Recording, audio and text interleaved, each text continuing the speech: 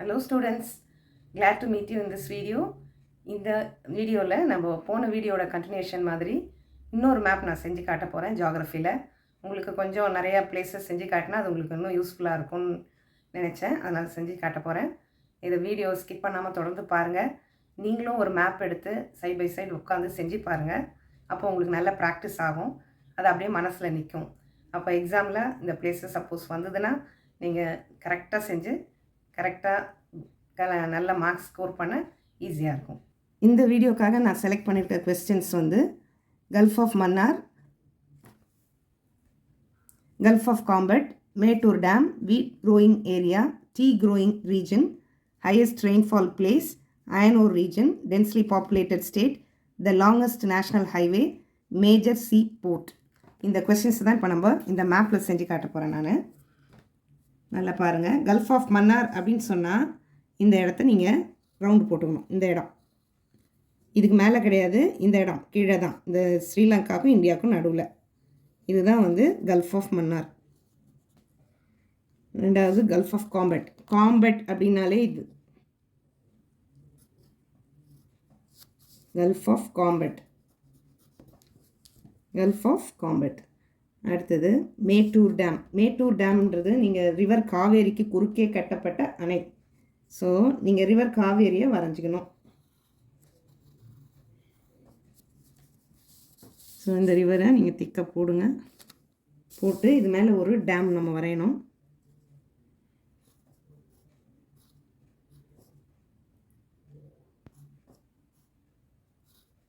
காவேரி ரிவரில் இருக்கிற Mettur dam. So இங்கே வந்து மேட்டூர் டேம்னு எழுதிக்கலாம். அடுத்தது ஒரு வீட் க்ரோயிங் ஏரியா. வீட்னாலே உங்களுக்கு பஞ்சாப் ஹரியானா இந்த இடத்துல தான் வரும். ஸோ இதை ஏதோ ஒரு ரவுண்டு போட்டுருங்க. அந்த ஒரு இடத்துல போட்டுட்டு இதை வந்து இங்கே கீழே எழுதிக்கலாம். வீட் க்ரோயிங் ஏரியா. இங்கே நான் காலியாக விட்ருக்கேன், அதனால் இவ்வளோ காலியாக இருக்குது பாருங்கள். அடுத்தது டீ க்ரோயிங் ரீஜன். டீ வந்து இந்த இடத்துல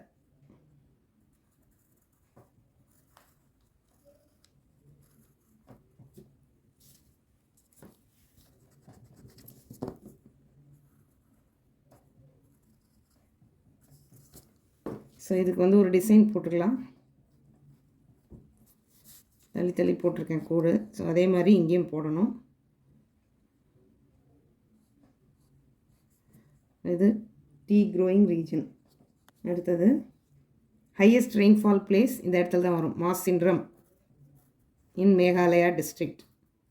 ஸோ இதை நம்ம ஷேட் பண்ணிக்கலாம். இதுதான் வந்து இந்தியாவிலே நிறைய மழை பெறும் இடம், ஹையஸ்ட் ரெயின்ஃபால் பிளேஸ். ஸோ இதை வந்து கீழே எழுதணும். அதே மாதிரி ஷேட் பண்ணிக்கோங்க. அங்கே டார்க்காக பண்ணால் இங்கேயும் டார்க்காக பண்ணணும், அங்கே லைட்டாக பண்ணால் இங்கே லைட்டாக பண்ணணும். ஸோ சேம் அதே டிட்டோவாக நம்ம பண்ணால் தான் அது கரெக்டாக அது key. Highest rainfall place. Next iron ore region. Iron ore ரீஜன்றது இந்த இடத்துல வரும். ஸோ இங்கே வந்து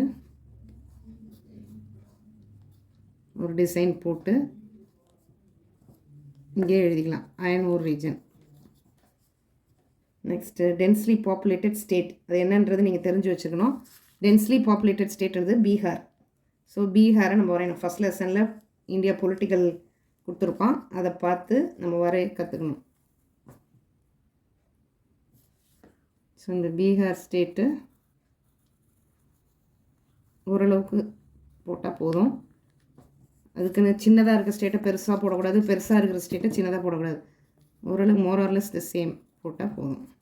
ஸோ இதில் வந்து நம்ம இதுக்கு ஒரு டிசைன் கொடுத்துடலாம். ஸோ இதே மாதிரி இங்கே நீங்கள் கீ வரையணும்.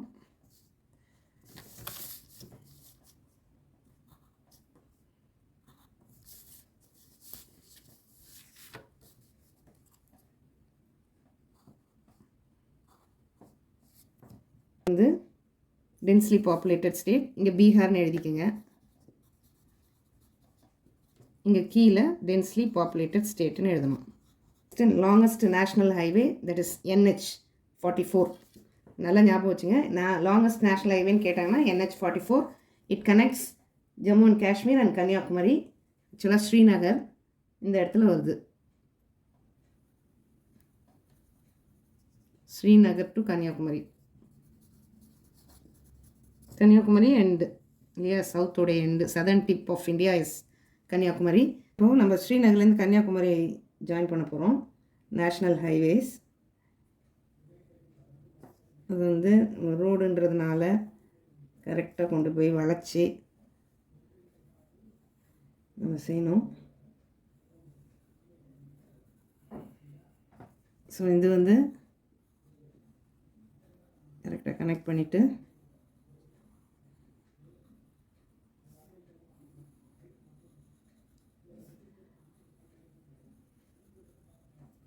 இது கன்னியாகுமரின்னு எழுதிக்கங்க.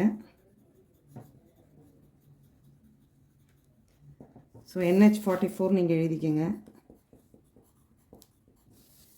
So it connects Srinagar to Kanyakumari. இதுதான் லாங்கஸ்ட் நேஷ்னல் ஹைவே. அடுத்தது லாஸ்ட் கொஸ்டின் வந்து மேஜர் சீ போர்ட்ன்றது உங்களுக்கு ஹார்பர் இல்லையா? இந்த இங்கே பக்கத்தில் இது பக்கத்தில் வர்றது தான் சீ போர்ட். இங்கே வர்றது வந்து மெயின். ஸோ ஃபஸ்ட்டு வந்து பாராதீப்ன்றதும் ஒரு மெயின் சீ போர்ட்டு.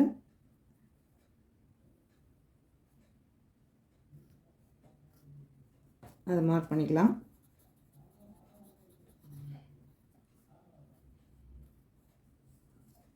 இங்கேயே கூட எழுதிக்கலாம் சீ போர்ட்னு.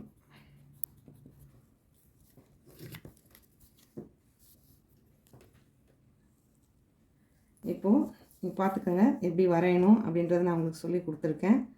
சிலது கோயின்சைட் ஆனால் கூட கொஞ்சம் அட்ஜஸ்ட் பண்ணி கரெக்டாக வரைஞ்சிடலாம். ஆனால் மோஸ்ட்லி கோயின்சைட் ஆகாத மாதிரி தான் கேட்பாங்க, தனித்தனியாக வர மாதிரி தான் கேட்பாங்க. ஸோ கரெக்டாக வரைஞ்சி கரெக்டாக எழுதி கரெக்டாக கீ எழுதுனா அந்த 8 மார்க்ஸை நீங்கள் ஈஸியாக வாங்கிடலாம். ஸோ இதுக்காக நல்லா ப்ராக்டிஸ் பண்ணுங்கள். இந்த கொடுக்கப்பட்ட இந்த 2-3 நாள் லீவில் நீங்கள் கரெக்டாக ப்ராக்டிஸ் பண்ணி நல்லா இந்த 8 மார்க்ஸ் ஃபுல்லாக ஸ்கோர் பண்ணுறதுக்கு என்னுடைய வாழ்த்துக்கள். All the best students.